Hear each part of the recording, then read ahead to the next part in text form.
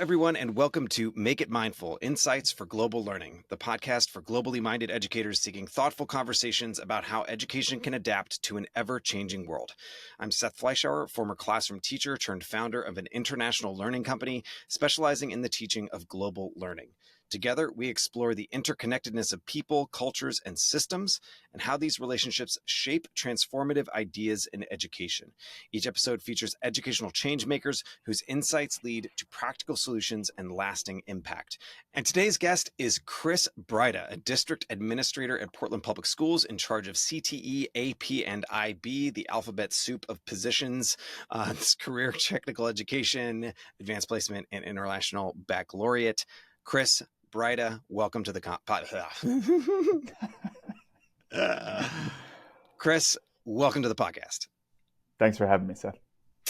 It is awesome to see you again. You were part of the panel on AI in education here in Portland that I moderated about a month ago.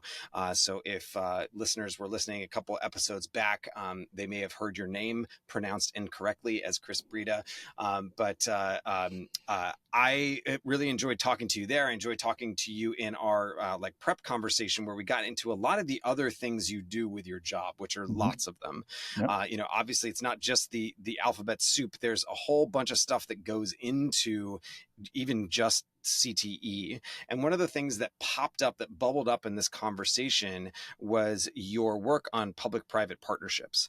And this is something that I'd really love to dive into. We're in this this age right now where it feels like CTE is gaining popularity, gaining relevance again. And you have a vision of that where public-private partnerships are a very critical, important aspect of CTE, yet also potentially a source of systems change. And so I'd really love to dive into that, not only here in Portland for Portland Public Schools, but ideally in a way that is applicable to school leaders across the globe and how they could potentially leverage public-private partnerships to create better opportunities for their students. Sound good? Are we on board? I'm ready. I love it. Awesome. Well, thank you so much again for being here. And maybe let's just start with this, this time that we're in where CTE feels like it's gone through these kind of pendulum swings. It wasn't always called career and technical education. Mm-hmm. There, it used to be called apprenticeships. It used to be just what education was. Right. You're right. Just preparing people for the workplace versus what has become or became a more kind of liberal arts approach to education, giving people opportunity in all of these different areas, hoping that from that will bubble up a specialization, whereas this pendulum swing back towards CTE is a moment where we're looking more at exposing people to careers earlier in life. Some might argue before they're ready, but I guess that's a question is when is a good time for CTE to be brought in your mind? And B, how did we get to this point where it is so important again? It's on the tip of every educator's tongue.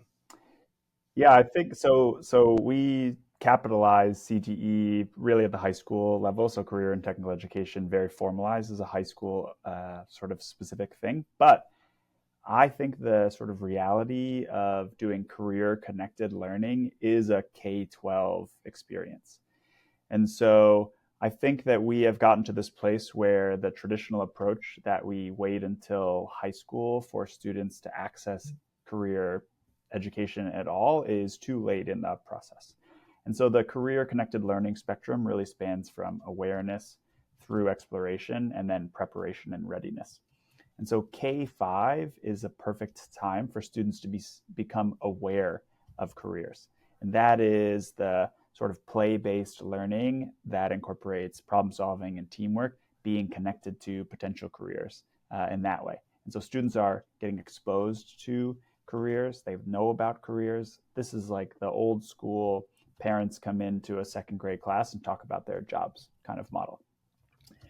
Then when students get into middle school, that really becomes about exploration. So that's sort of project-based learning, hands-on opportunities where students are getting connected to industry problems and issues. They have access to guest speakers. There are sort of exploratory opportunities for them to learn more about these careers. And so this awareness to exploration time is really like, I know about all these things, and now let me find out a little bit more about them.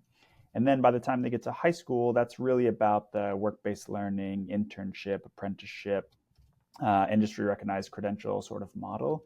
And that is a time for, after students have done this exploration, to really start to think about, could I see myself on a pathway to this? And I think that's sort of the operative word that's happening in career and technical education, is that we are trying to create pathways for students to access these careers in the future. And if we don't start that sort of pathway experience early enough, then we run the risk of what is happening now, which is really that entire experience for students happens in grades 9 through 12, where they're learning about careers, which is playing catch up, where they're exploring those careers, which is playing catch up, and then we don't have enough time to sort of prepare them for them. I think CTE is coming back into space specifically because it is not an alternative to college. It's a foundation to success in any pathway. And so if you think about some of the programs that we offer in PPS, health sciences is an example that comes to mind, where students may be able to earn a CNA license while they're in high school, and that is a path for them to now move on to LPN, RN, doctor, whatever it is. And so I think there is this long held perception that what we do is vocational education, but really it's like highly technical, very refined, and building these pathways from high school to career, or really from the K-12 system to careers.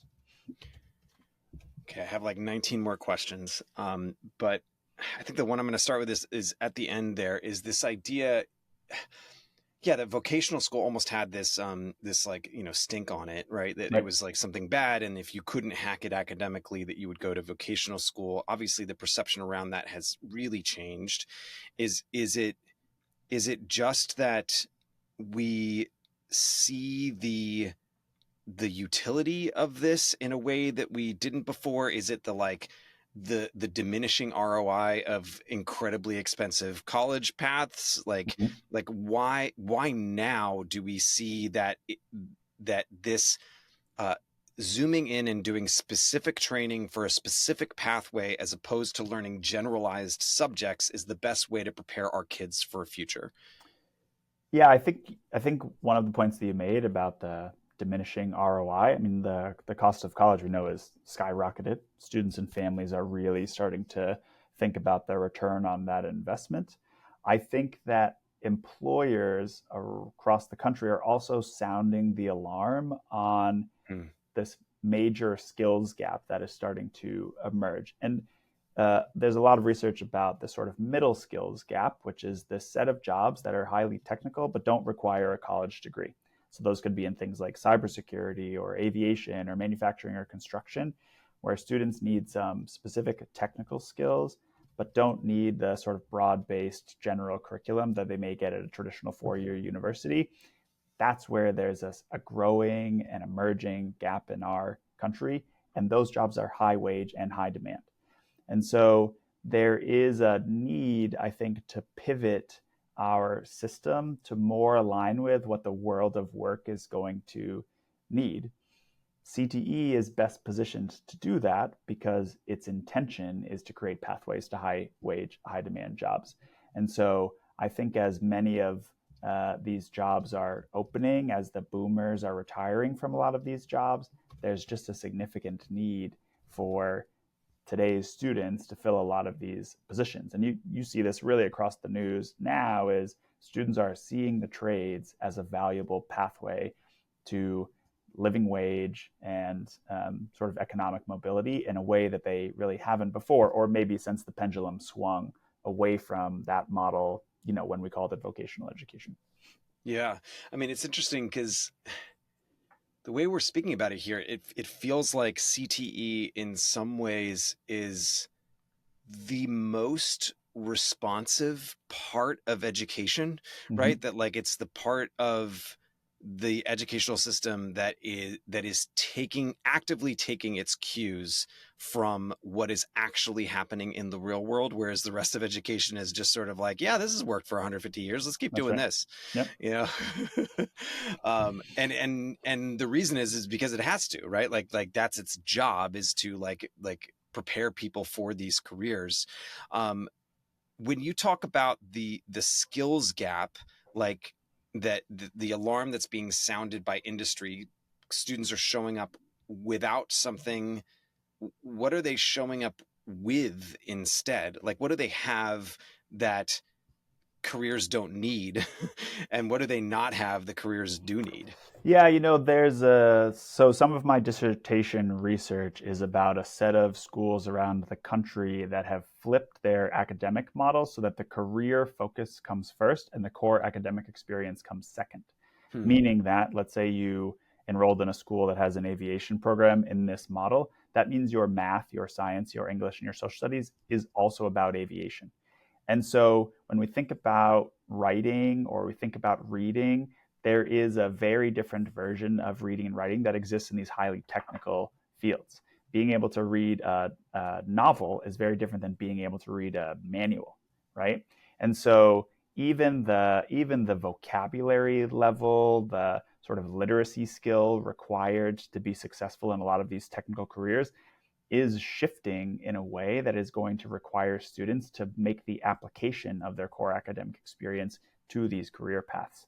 Hmm. Now, the model that we have is very siloed in that, like in a traditional education system, you take English for 90 minutes every other day, and math for 90 minutes every other day, and social studies for 90 minutes every other day. And there are very few connection points between those things. The reality of career and technical education is that it is and should be part of a student's core academic experience because it is the place where that sort of traditional core academics plays out in application. And so I think the mismatch now is that students are missing that piece, the place where the skills that they're learning and the standards that they're learning in those traditional core academic classes, they don't have a means to necessarily apply them in the same way that's going to help them be successful in careers in the future. Yeah, I definitely hear that like practical application piece. I'm wondering if it's just like kind of like a different kind of silo, though, right? Where it's being siloed into this particular set of skills. And I think, if I'm reflecting back on like maybe the romanticism around a liberal arts education, it's this idea that you can take these foundational skills and you can apply them to anything you want once you have like done enough like internal work to figure out who you are and what you really want to do, and then you live your passion and you find your the thing that is most meaningful, that fits your set of skills that you've figured out by the time you're 25. And now we're asking kids to do that at 15. Like, is Mm-hmm. there a concern there that like we're like there's a buttonholing process where we're not expanding opportunity narrowly but decreasing opportunity broadly? Yeah, I think that's fair. I think the way, if you do career and technical education well, then the foundation of each of these classes is actually the long term, durable, transferable skills that students are going to need in the future. So it's complex thinking, it's problem solving, it's teamwork, it's Mm. adaptability. And so a student choosing a specific career pathway, let's say when they're 15, doesn't necessarily mean that by the time they graduate from high school, that's where they have to persist. It just means that while they're in high school, this is a thing that they love doing. And so Mm. the application of the core academic experience overlaid with something that they love doing makes the sort of desire to attain the skills of English and the skills of social studies and the skills of science something that students are interested in. And then by the time they get to the end of high school, they have a choice either to persist through that pathway or to pivot. But the grounded foundational skills of sort of what we traditionally have called soft skills, but sort of the language is changing to these durable transferable skills.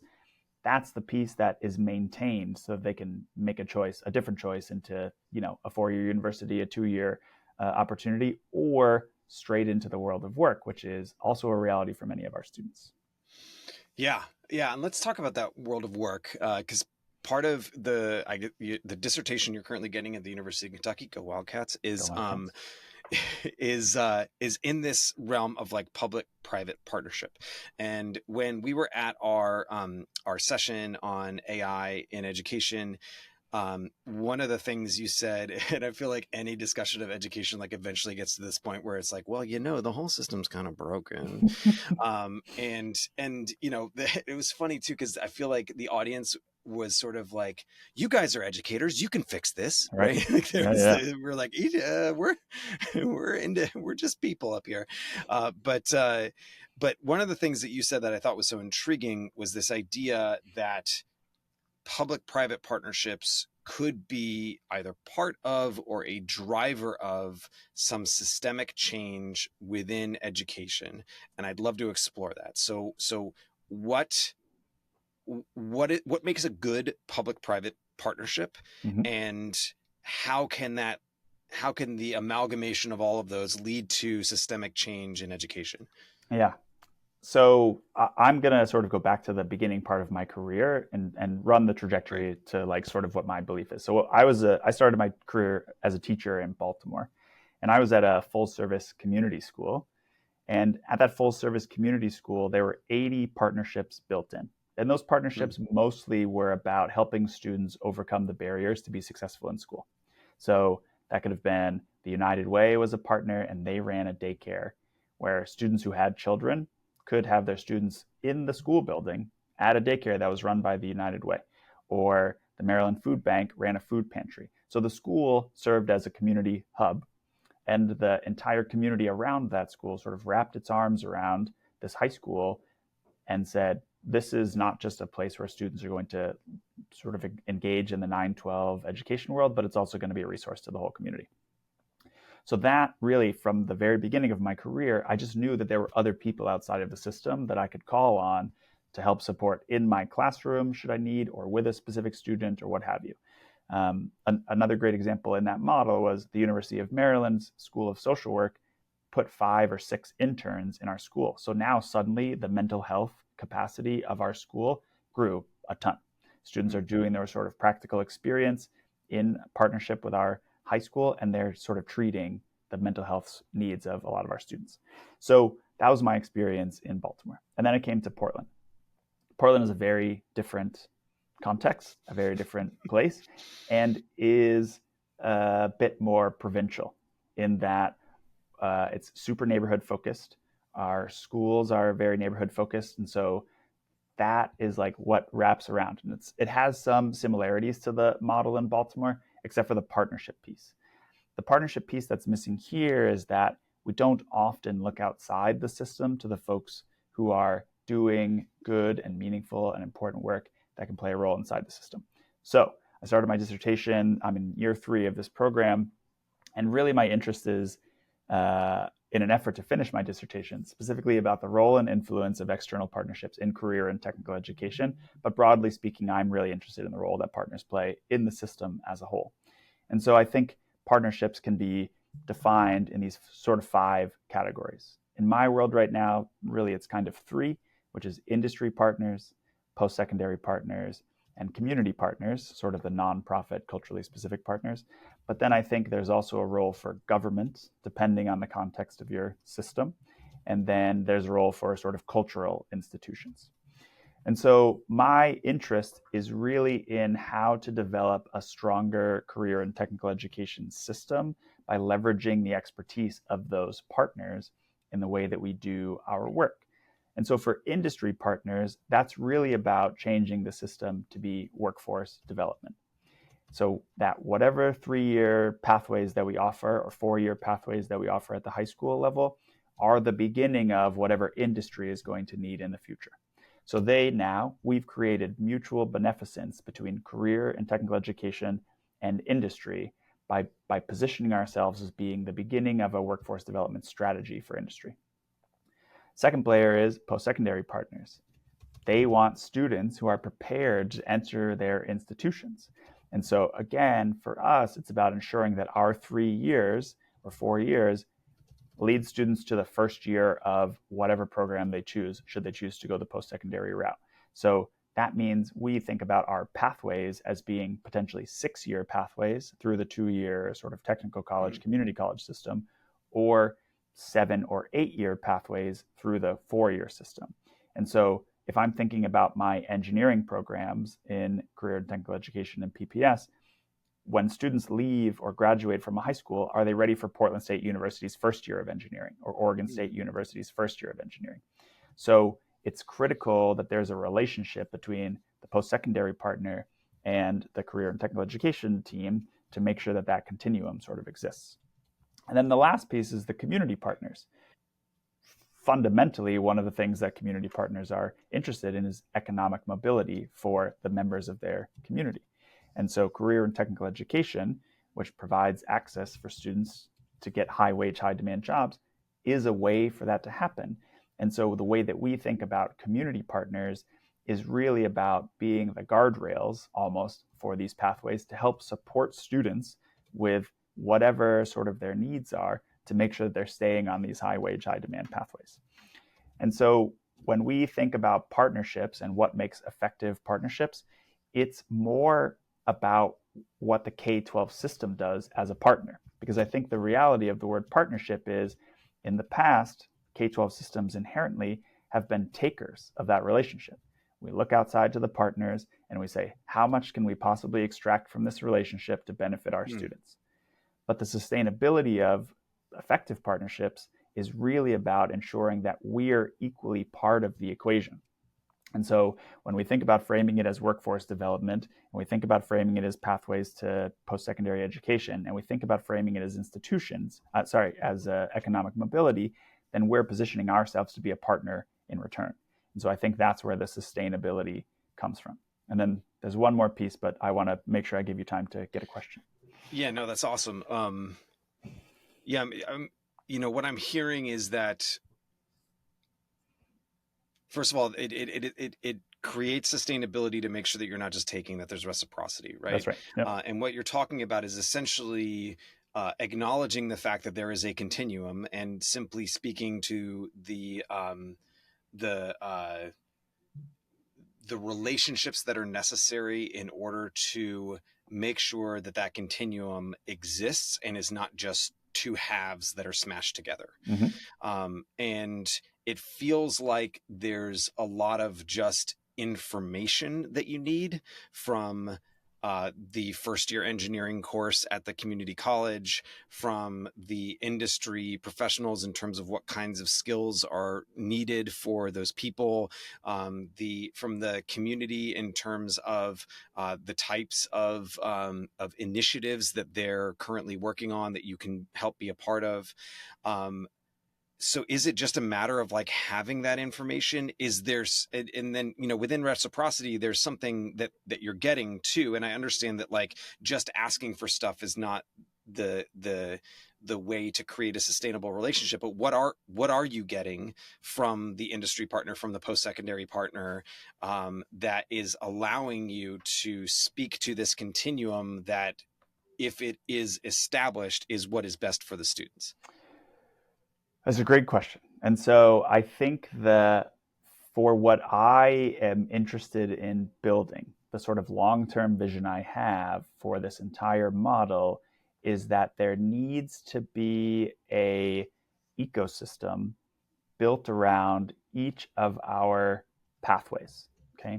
So the challenge that we have now is that most of the partnerships that we have in career and technical education are very person dependent, meaning the teacher of any specific career and technical education program is often the one that's finding the partnerships.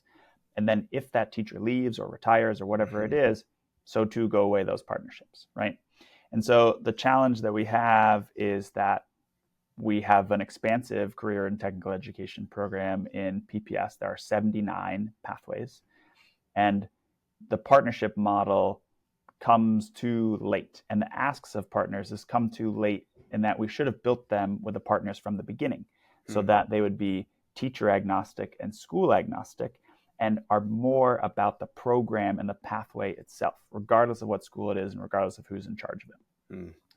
So if we think about that ecosystem, then what industry does by participating in the sort of partnership model is that there's a workforce pipeline. It means potentially brand responsibility and corporate responsibility for those partners by being connected to K-12 education. And then in return, it's about, or sort of what they're bringing to the district is that they have the opportunity to influence curriculum and they get direct access to other parts of the model.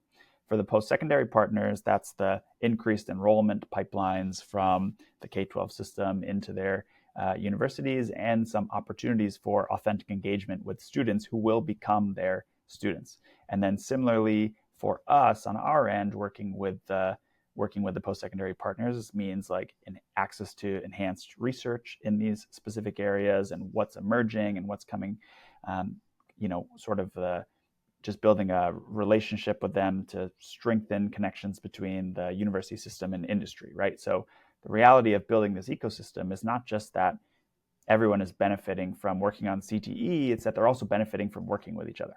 Yeah. For the community organizations, it's an opportunity to create meaningful community impact. It's an opportunity to advance equity initiatives. It's more visibility for those organizations. And then on our end, it's their direct influence on educational policy to ensure that whatever we're doing in the K-12 system is reflective of the needs of the communities of historically underserved students. It's an opportunity for them to expand collaboration with other community organizations and cultural institutions. And so we think about this ecosystem model as being the mechanism by which we should build effective CTE programs from the beginning. To that end as well, there's also a major opportunity, and this is sort of the direction of my dissertation right now, is that in K-12 education, we do not have access or opportunity or a way to create cross-functional teams. So if I look at any problem of practice in career and technical education, and I brought together folks from central office, there are very few differentiators between all of us. Most of us were classroom teachers, most of us were school-based administrators, and now we all work at central office. And so our lens is education. And so we're going to think about solving this problem from an education lens. But if I am trying to improve the diversity of a manufacturing pathway, then I need to go talk to manufacturing partners. And I need to go talk to post-secondary partners, and I need to go talk to community partners. And so my belief is that the partnerships and developing partnerships are actually a tool to develop meaningful cross-functional teams that can all solve problems of practice that have mutual beneficence, and then you create a relationship between all the people working on that problem so they gain something from each other as well. So it sounds like what you're saying, if I can infer that you are the systems change that you're talking about was represented in what you were just talking about there with these cross-functional teams, that you're essentially getting the act of getting diverse perspectives into the conversation about education that come from different industries, different walks of life, because something I've always said is that society itself is the largest stakeholder in education, and we saw it at the talk that we did. Right, we had people raise their hands, and we asked them, who's an educator in this room, and there's probably 30 people out of 200, and yet there were some incredibly strong opinions about what we should be doing in education. Right, like everybody has some kind of relationship to it. Everybody knows someone who's in the system, right? So it is critical that it succeeds for the health of the society. Yet you're right that in your district office, here are a bunch of people who may have other forms of diversity, but not necessarily diversity of experience, because they're coming in with an educational lens. And so your thesis is essentially that some of these systemic issues come from that myopic focus of the experience of the people within education, and that if we bring in these other alternative paths to get to where they are, that will be like the Silk Road of educational reform, and we will get a new, stronger system as a result of these different ideas germinating with each other. Is that essentially it? Yeah, that's exactly right. The idea that there right now is a significant mismatch between what the education system does and what the world outside of it needs.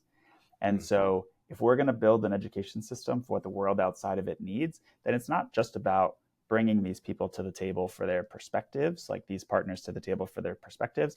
It's about leveraging their expertise in very specific and oftentimes nuanced ways to help us develop solutions inside the system so yeah, that it is a benefit to society. It is a benefit to industry, which has a workforce need. It is a benefit to the post-secondary system, whatever that's going to look like in the next 10 years. It is a benefit to the communities that these folks are living in, and the world that essentially these students are going to inherit. And so, really, education should be this dynamic ecosystem that is nimble enough to pivot with the needs of society outside of it. Right now, it is not. It is we're still doing 100-year-old education, right? It hasn't moved at all, and especially with AI, like things outside the education system are changing so fast, yeah, but the education system isn't changing at all.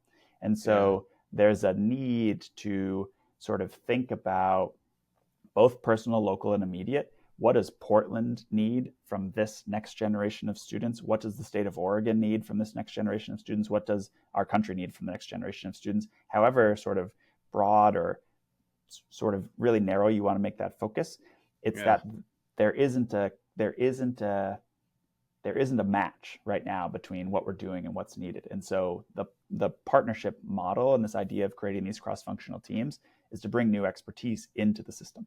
Yeah, and I'll take it one step further. What does the world need, right? Like that's my field is global learning, right? That's right.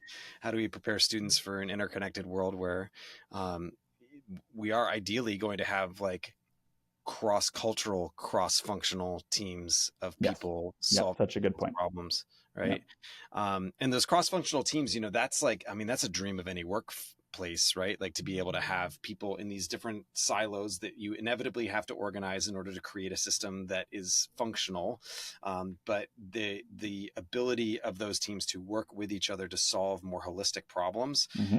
I mean, what better way would there be to like prepare people to be able to do that than to like have it happening in at the top of the educational system, having that bubble down into the reality of the students through all these different outside partnerships, so Mm-hmm. that when they do get to when they do have the opportunity to work on teams where they are drawing in people with different ideas, different pathways, different experiences, that you have those skills built in of how to navigate the discomfort, navigate, like there's all these like social and emotional elements of it. There's just the like organizational management elements of it. I mean, it's a whole study, right?